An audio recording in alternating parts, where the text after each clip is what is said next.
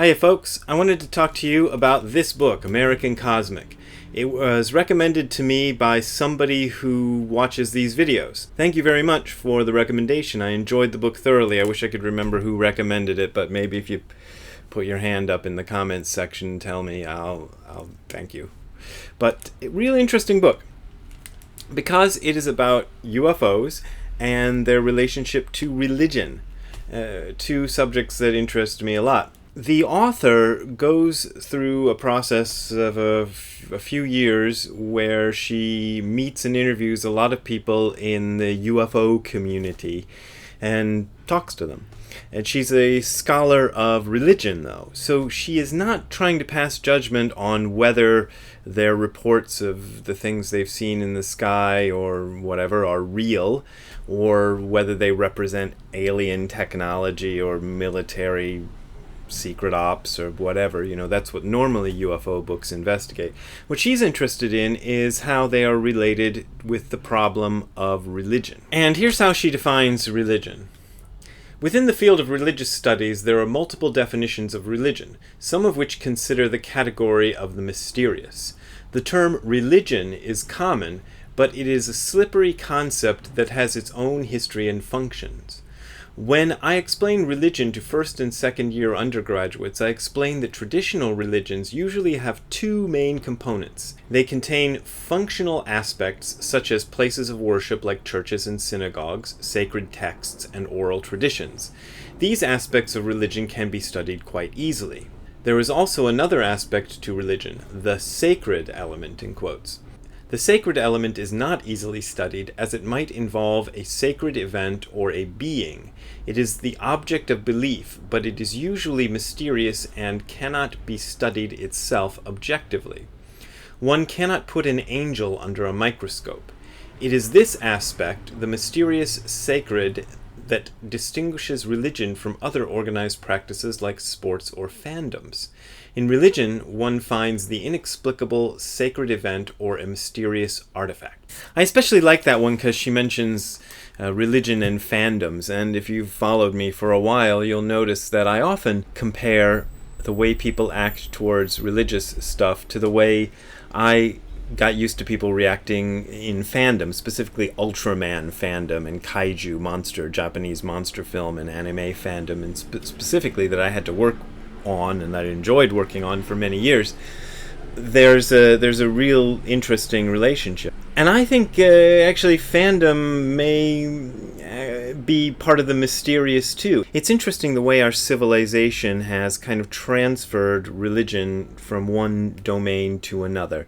And UFOs are a good example of this because it's very difficult for people these days who are steeped in rationality and science, and the fact that you are watching this on a computer means that you believe in science, whether you expressly believe that you believe or know that you believe in science. You have to believe in science if you use a computer, because here it is, the scientific method right here in a box in front of you.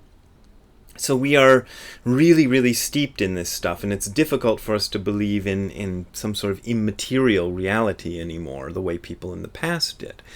UFOs and aliens represent a kind of an interesting way to get around that, because you can imagine an alien race that is 1 million or 1 billion or even more years more advanced than humanity, who would have technology and even spiritual developments that would be millions or billions of years ahead of us. And they would therefore function almost in a godlike way to us if we were ever to encounter them.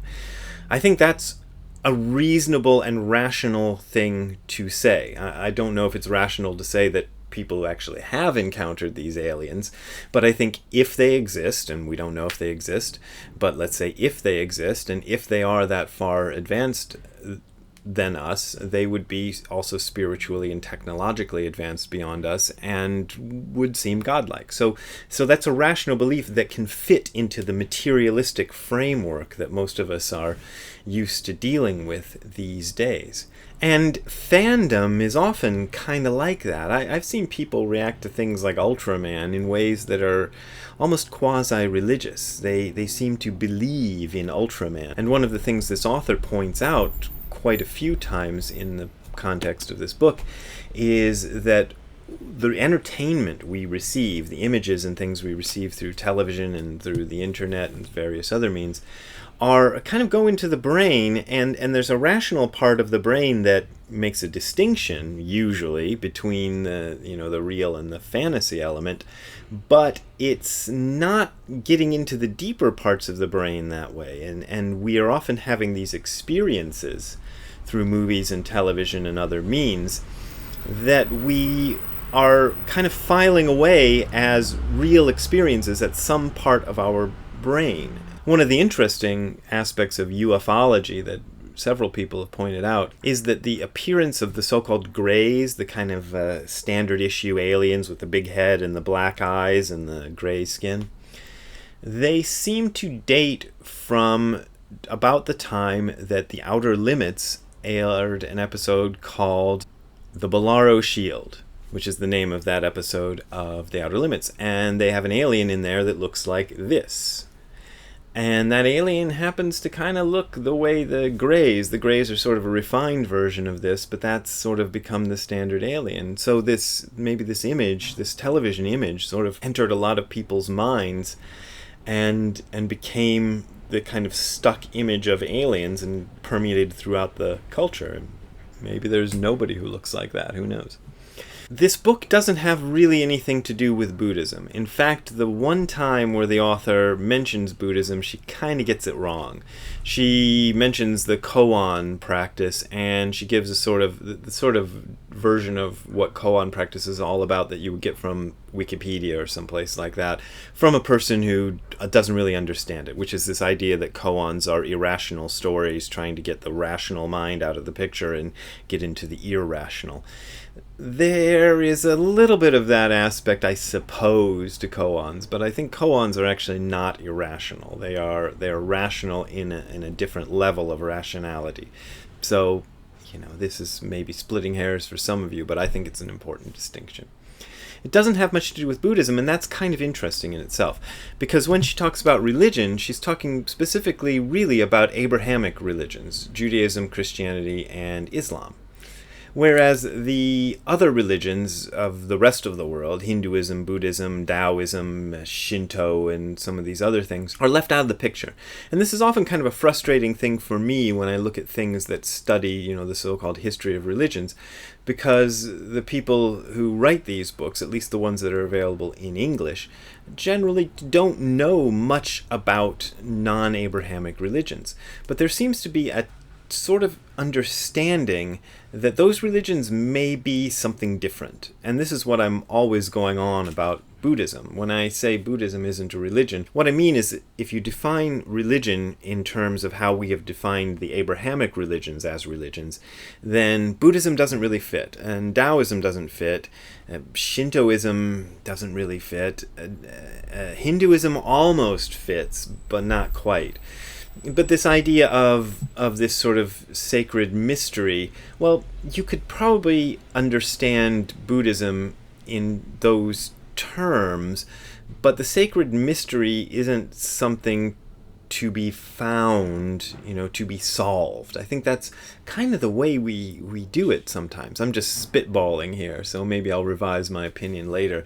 But I do think there's a tendency for us to look at the mysteries of religion as some things to be solved. And I often enjoy this. I read Bart Ehrman's books and other books that try to look into the history of Christianity to try to figure out who Jesus actually was, or if there was such a person ever. But I also think that it's not really a mystery that can ever be solved. There is something in our midst that is mysterious and unsolvable.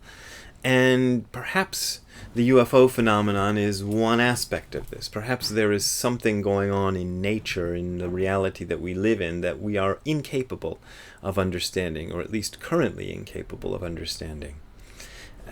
And I think there's also some ultimate questions that the human brain is not equipped to handle.